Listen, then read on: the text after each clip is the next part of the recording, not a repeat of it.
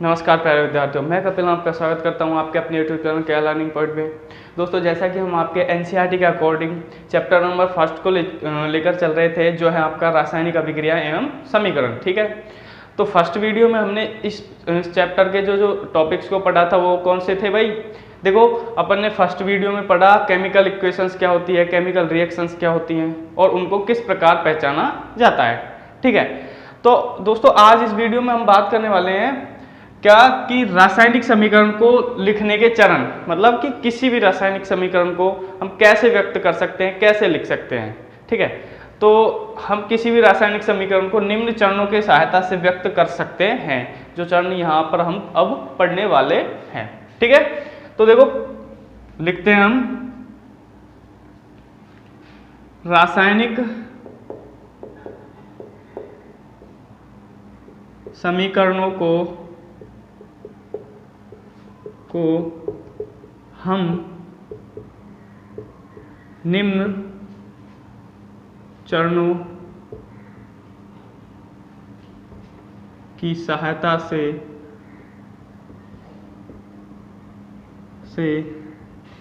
लिख सकते हैं।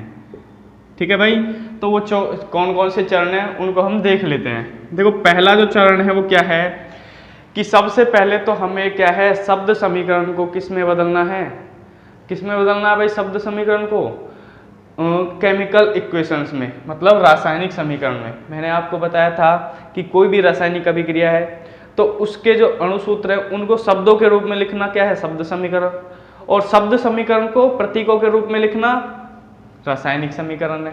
ठीक है, तो क्या है, सबसे पहला इस चरण के अंतर्गत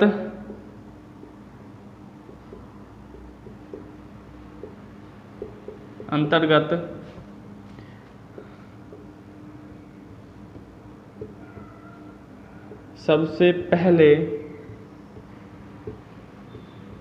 हम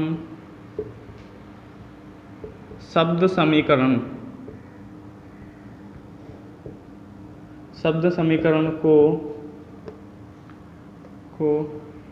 उसके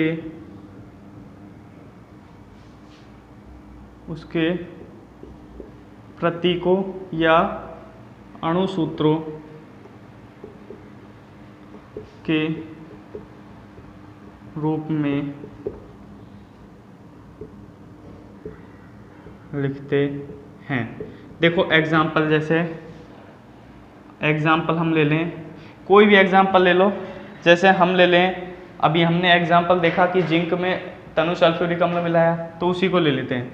तो किसमें क्या है, जब जिंक की क्रिया किससे कराई, तनु सल्फ्यूरिक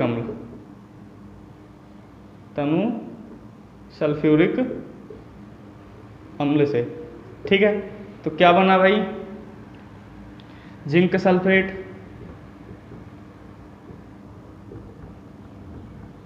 सल्फेट और क्या बना भाई, HCl।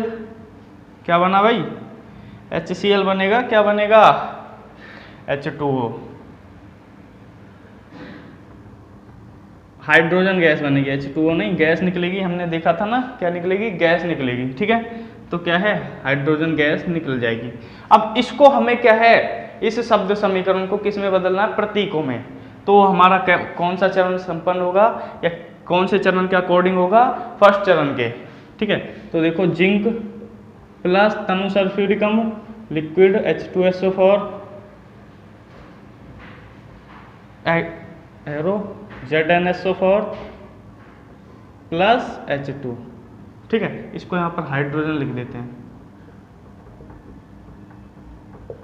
हाइड्रोजन। ठीक है, तो पहले चरण के अकॉर्डिंग है भाई, किसी भी शब्द समीकरण को, सबसे पहले शब्द समीकरण को उसके अणुसूत्र या प्रतीकों के रूप में लिखना। तो ये शब्द समीकरण है, आपको पता है पूरी। ठीक है, इसको हमने किस में बदला, उसके प्रतीकों के रूप में लिखा। ठीक है, ये आपका फर्स्ट जो चरण था वो हो गया। अभी अपन अगला देखेंगे, तो अगला चरण क्या होगा, जो दूसरा चरण है वो क्या होगा कि किसी भी रासायनिक अभिक्रिया में जो तीर का चिन्ह होता है उसके दाएं तरफ तो लिखा जाता है उत्पादों को और बाएं तरफ लिखा जाता है अभिकारकों को। मतलब LHS साइड जो है वहां तो लिखा जाता है भाई, LHS मतलब लेफ्ट हैंड साइड, उधर लिखा जाता है किनको, अभिकारकों को, रिएक्टेंट को, और RHS राइट हैंड साइड, उधर लिखा जाता है किनको, प्रोडक्ट्स को। देखो हम एग्जाम्पल द्वारा समझे कि ये कोई रिएक्शन है N2 प्लस 3H2, यहाँ बना 2NH3, ठीक है। तो ये तो है आपकी LHS साइड, ठीक है, या बोल सकते हैं दाई, वो सॉरी बाई है, ये बाई तरफ, ठीक है। इसको बोलते हैं अपन RHS, इसको बोलते हैं दाई साइड, दाई तरफ, ठीक है। तो जो बाई तरफ लिखे जाते हैं LHS साइड, मतलब तीर के चिन्ह के दाई तरफ लिखे जाते हैं जो पदार्थ, ठीक है, उनको बोलते हैं अपन अभिकारक। क्या बोलते हैं, अभिकारक। और इधर लिखे जाते हैं जो तीर के चिन्ह के बाई तरफ लिखे जाते हैं RHS साइड में, वो होते हैं उत्पाद। समझे भाई, ठीक है। और ये जो तीर का चिन्ह है ये क्या काम करता है, ये अभिक्रिया की दिशा को दर्शाता है। किसको, अभिक्रिया की दिशा को व्यक्त करता है, ठीक है। समझे कि अभिक्रिया किस दिशा में संपन्न हो रही है, तो इधर की साइड लगा हुआ है, तो अभिक्रिया जो संपन्न हो रही है वो अभिकारक से उत्पाद की तरफ इस दिशा में संपन्न हो रही है, ठीक है भाई। इनको लिख ले हम, चलो लिख लेते हैं। तो क्या लिखेंगे कि किसी भी रासायनिक अभिक्रिया में, या सीधा लिखेंगे इस चरण के अंतर्गत, इस चरण के अंतर्गत हम अभिकारकों को, हम रासायनिक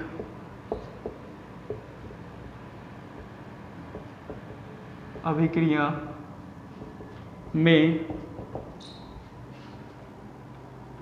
अभिकारकों को तीर के चिन्ह के बाईं तरफ, बाईं मतलब LHS साइड, ठीक है, लेफ्ट हैंड साइड, बाईं तरफ अभिकारकों को बाईं तरफ, तथा उत्पादों को तीर के चिन्ह के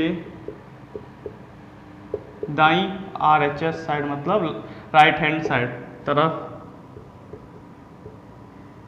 व्यक्त करते हैं। व्यक्त मतलब लिखते हैं, दर्शाते हैं, ठीक है। एग्जाम्पल देख लें, अभी यही एग्जाम्पल देख लें। N2 प्लस 3H2 क्या बना, 2NH3, 2NH3, ठीक है। तो ये जो हैं ये तो क्या है, अभिकारक है। कौन सी साइड में है, LHS, या लिख सकते हैं बाईं। और इधर उत्पाद है, ये RHS साइड में है, इसको लिखते हैं अपन दाईं तरफ, ठीक है। ये समझे। अब एक इसी का एरो लगाकर लिखते हैं, तथा रासायनिक समीकरण या अभिक्रिया, ठीक है, तथा रासायनिक समीकरण में तीर का चिन्ह अभिक्रिया की दिशा को व्यक्त करता।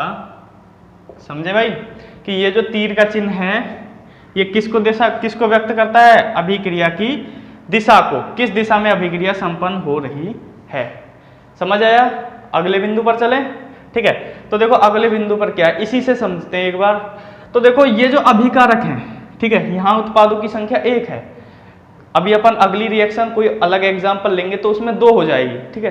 तो जब अभिकारक किसी भी रासायनिक समीकरण में जब अभिकारकों और उत्पादों की संख्या एक से अधिक है। यहाँ देखो अभिकारकों की संख्या एक से अधिक है, एक N2 है और एक H2 है, मतलब दो अलग अलग परमाणु है, अणु है, ठीक है। तो क्या हुआ कि इनकी संख्या एक से अधिक है, तो जब अणुओं की संख्या या परमाणु की जो संख्या है या आयनों की जो संख्या है एक से अधिक होगी तो उनके मध्य हम प्लस का चिन्ह लगाते हैं।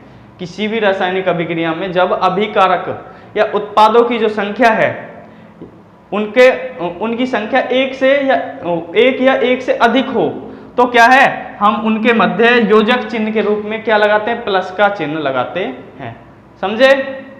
देखते हैं आगे क्या हो जाएगा। अगला बिंदु तीसरा, इस चरण के अंतर्गत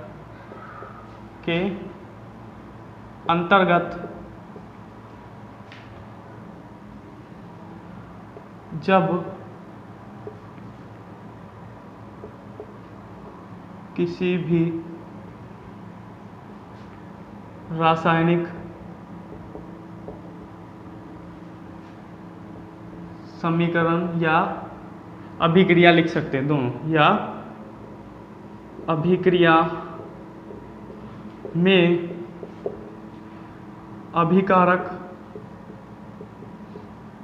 अभिकारकों व उत्पादों की संख्या दो या दो से अधिक हो तो उनके मध्य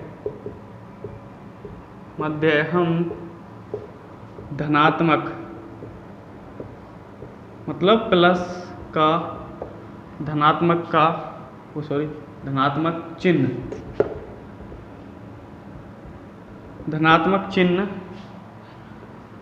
लगाते हैं।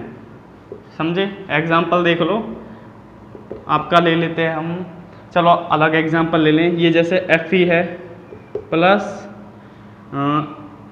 क्या हो जाएगा अगला एग्जाम्पल, चलो यही ले लेते हैं आपका ZnSO4, समझ भी आ जाएगा। Zn प्लस H2SO4, ठीक है। क्या बना? ZnSO4 plus H2। तो ये जो रिएक्शन है इसमें अभिकारकों की संख्या और उत्पादों की जो संख्या है एक से अधिक है। मतलब अभिकारक में एक जिंक है, एक H2SO4 है, ठीक है। तो मतलब दो है, ये अभिकारकों की संख्या कितनी है? दो। और ऐसे ही उत्पाद जो है इनकी भी संख्या कितनी है? दो है। तो इनको व्यक्त करने के लिए, इनके मध्य जो व्यक्त करने के लिए क्या है, जब दो या दो से अधिक संख्या होगी तो इनके मध्य क्या, अपन ये जो प्लस का चिन्ह है, ये धनात्मक चिन्ह है, इनको इनके मध्य लगाते हैं।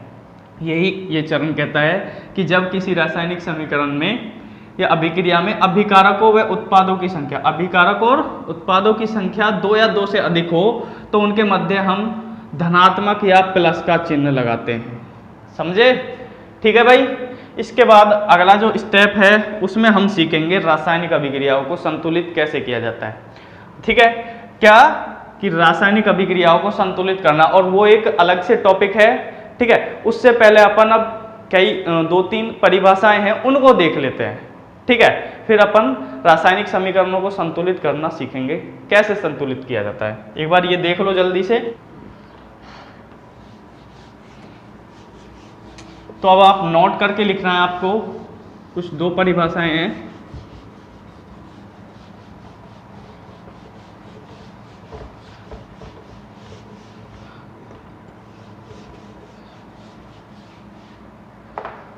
क्या करना है भाई? नोट। ठीक है, और इसमें नोट में पहले हेडिंग डालो कंकाली समीकरण।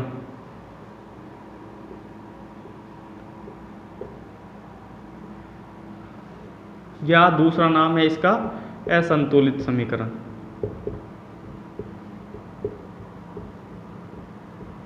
किसे कहते हैं? तो पूछी जा सकती है आपसे एक नंबर में कि भाई कंकाली समीकरण किसे कहते हैं। तो किसे कहते हैं, दूसरे नाम से पता चल रहा है असंतुलित समीकरण। ऐसी अभिक्रियाएं जो असंतुलित हो, या बोल सकते हैं वे अभिक्रियाएं जिनमें अभिकारक और उत्पादों की जो संख्या है उनमें क्या हो, अंतर हो। ऐसी समीकरण को क्या कहते हैं हम? कंकाली समीकरण कहते हैं। तो परिभाषा क्या हो जाएगी? वे रासायनिक अभिक्रियाएं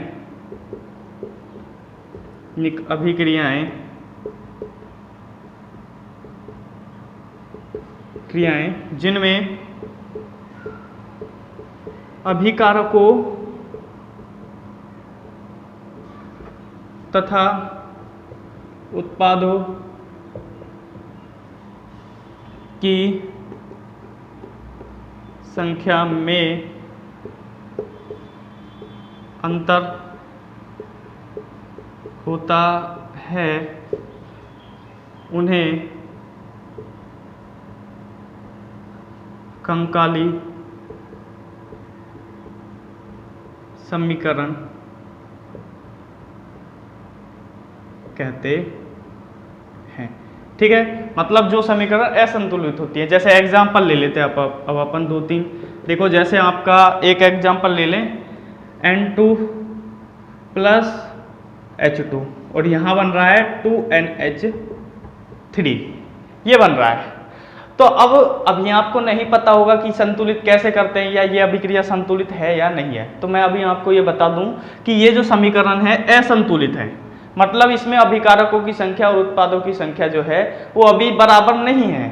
ठीक है, क्यों नहीं है? क्योंकि यहाँ पर नाइट्रोजन 2 है, इधर भी 2 है, लेकिन हाइड्रोजन इधर 2 है और उधर 6 है इस साइड। तो क्या है, अभिकारक कहाँ अभिकारक और उत्पाद में जो उनकी संख्या है उनमें क्या है, अंतर होता है। तो इनमें संख्याओं में क्या है, अंतर है, जिसके कारण क्या है, इस समीकरण को हम बोलते हैं कंकाली समीकरण।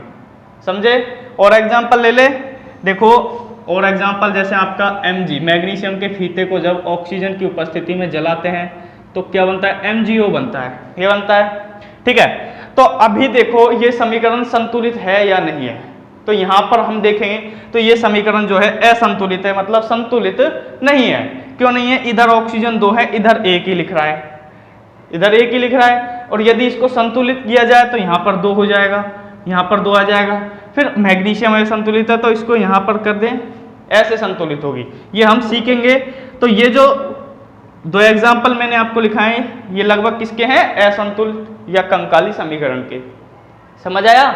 तो ये जल्दी से लिख लो, इसके बाद हम देखेंगे संतुलित समीकरण किसे कहते हैं।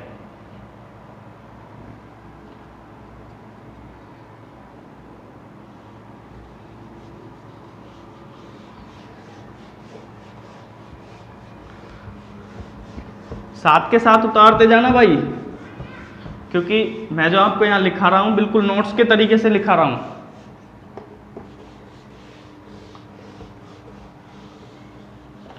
अगला नोट क्या हो जाएगा, संतुलित समीकरण किसे कहते हैं।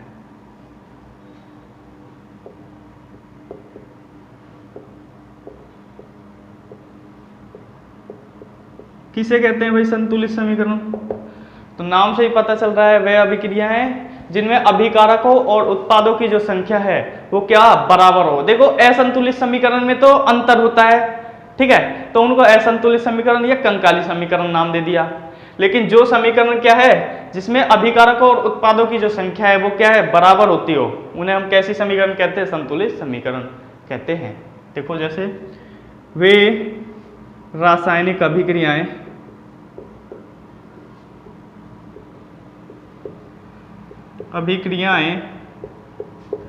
जिनमें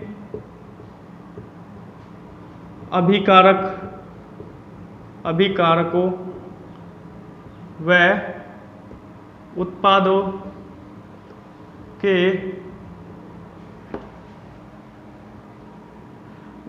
के समान तत्वों के परमाणुओं की संख्या व अभिकारक व उत्पादों में समान तत्वों के परमाणुओं की संख्या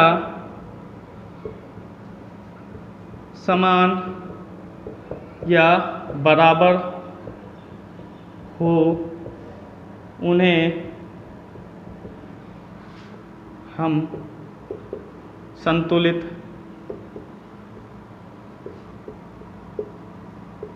समीकरण कहते हैं। क्लियर भाई?